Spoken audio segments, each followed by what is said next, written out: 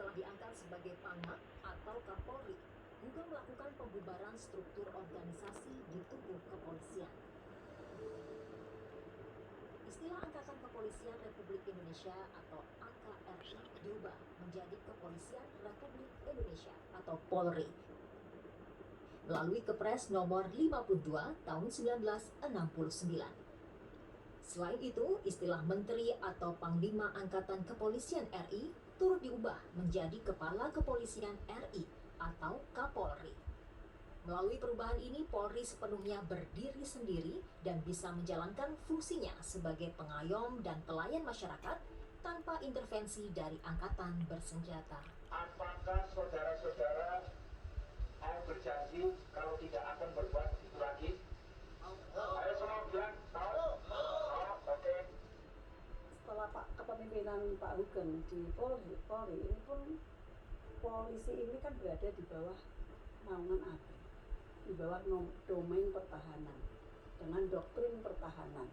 Nah, ini yang membedakan situasi ketika Pak Hugeng waktu itu kan memang rakyat dan polisi dekat karena memang integrasi belum sepenuhnya.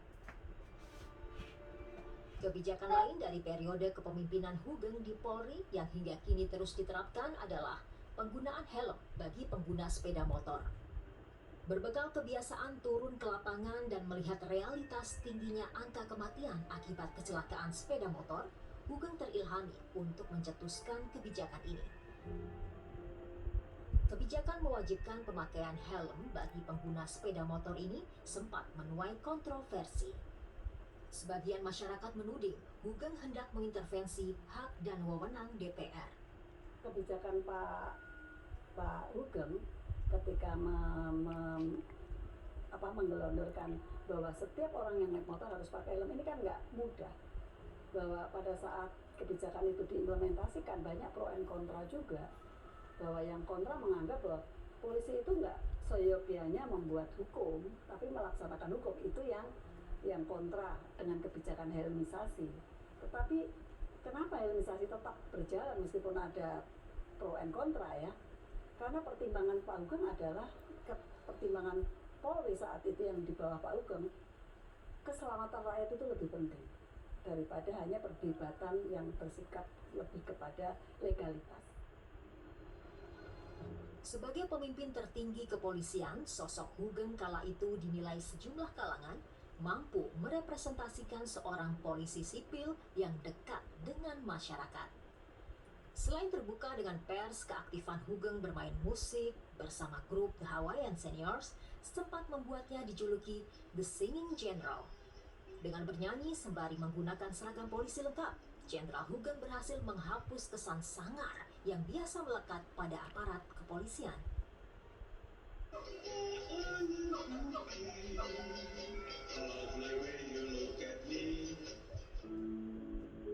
Selama menjabat Kapolri, integritas sosok Hugeng terus diuji melalui beberapa kasus yang ia tangani. Sosoknya yang dikenal tak mempan disogok, seolah menjadi antitesis dari rezim kepemimpinan Presiden Soeharto saat itu. Salah satu kasus yang ditangani Hugeng adalah penyelundupan mobil mewah oleh Robby Cahyadi.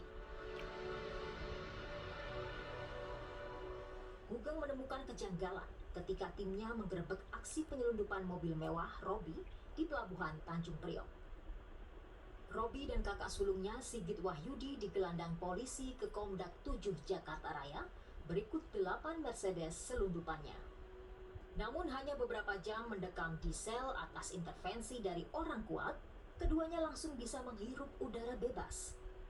Meski Robby bebas, Hugeng tetap meminta izin Presiden Soeharto untuk menyelidiki Robby Cahyadi. Setelah mengantongi izin dari Soeharto, Hugeng langsung membentuk tim dan melakukan investigasi.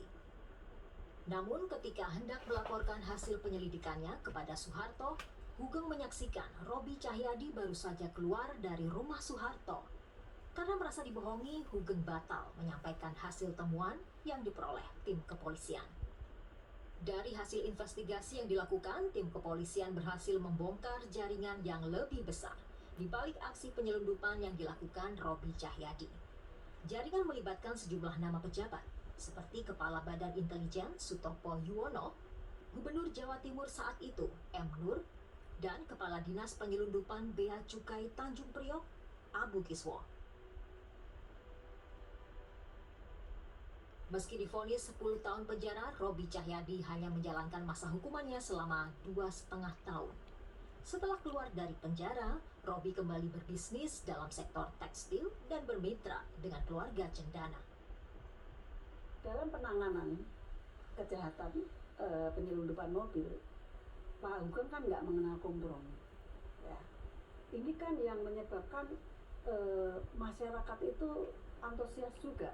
Di samping itu Pak Hugeng memang dekat dengan pers, dekat dengan masyarakat. Ini yang menyebabkan bahwa masyarakat ini juga mengawal Pak Hugeng gitu loh. Tetapi di satu sisi ternyata penanganan Pak Hugeng yang sangat highlight ini ada satu hal yang tidak nyaman bagi pemerintah. Kasus besar lain yang ditangani Hugeng semasa menjabat Kapolri adalah kasus Sum Kuning. Kasus ini bermula dari pemerkosaan seorang perempuan bernama Sumariem atau Sum yang diduga dilakukan segerombolan pemuda di Yogyakarta. Alih-alih mendapat keadilan, Sum justru mengalami kekerasan dan pelecehan seksual yang dilakukan oknum aparat kepolisian Yogyakarta. Pengakuan Sum terkait ketidakadilan yang dialaminya yang dimuat sebuah surat kabar lokal membawa perempuan desa ini pada petaka yang lebih besar. Ia dijerat kepolisian Yogyakarta atas tuduhan memberikan keterangan palsu. Kasus ini menjadi kian membesar lantaran insiden pemerkosaan yang dialami Sumariem diduga melibatkan sejumlah anak pejabat tinggi di Yogyakarta.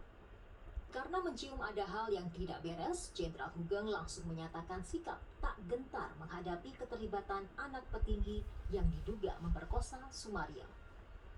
Pada akhir bulan Januari 1971, Hugeng melaporkan kasus Sum Kuning ke Presiden Soeharto.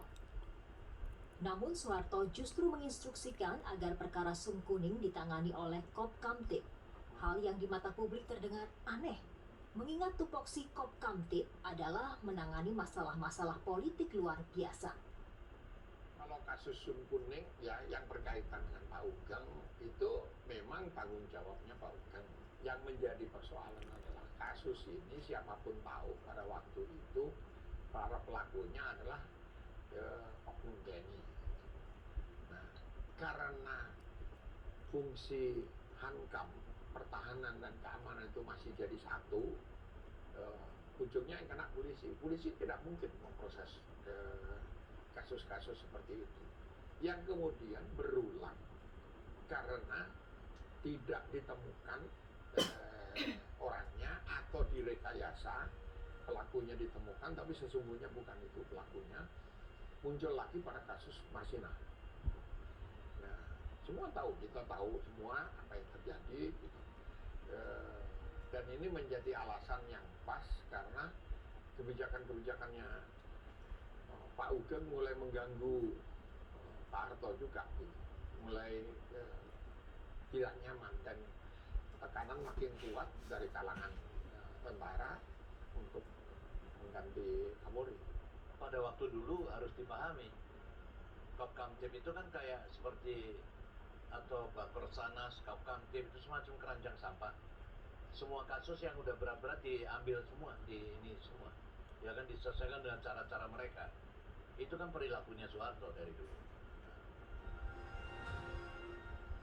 Setelah keluarnya instruksi Presiden perihal penanganan kasus Sum Kuning, Hugeng sebagaimana dituturkan dalam salah satu buku biografinya menyadari bahwa sebuah kekuatan besar berhasil menutup kasus Sum Kuning.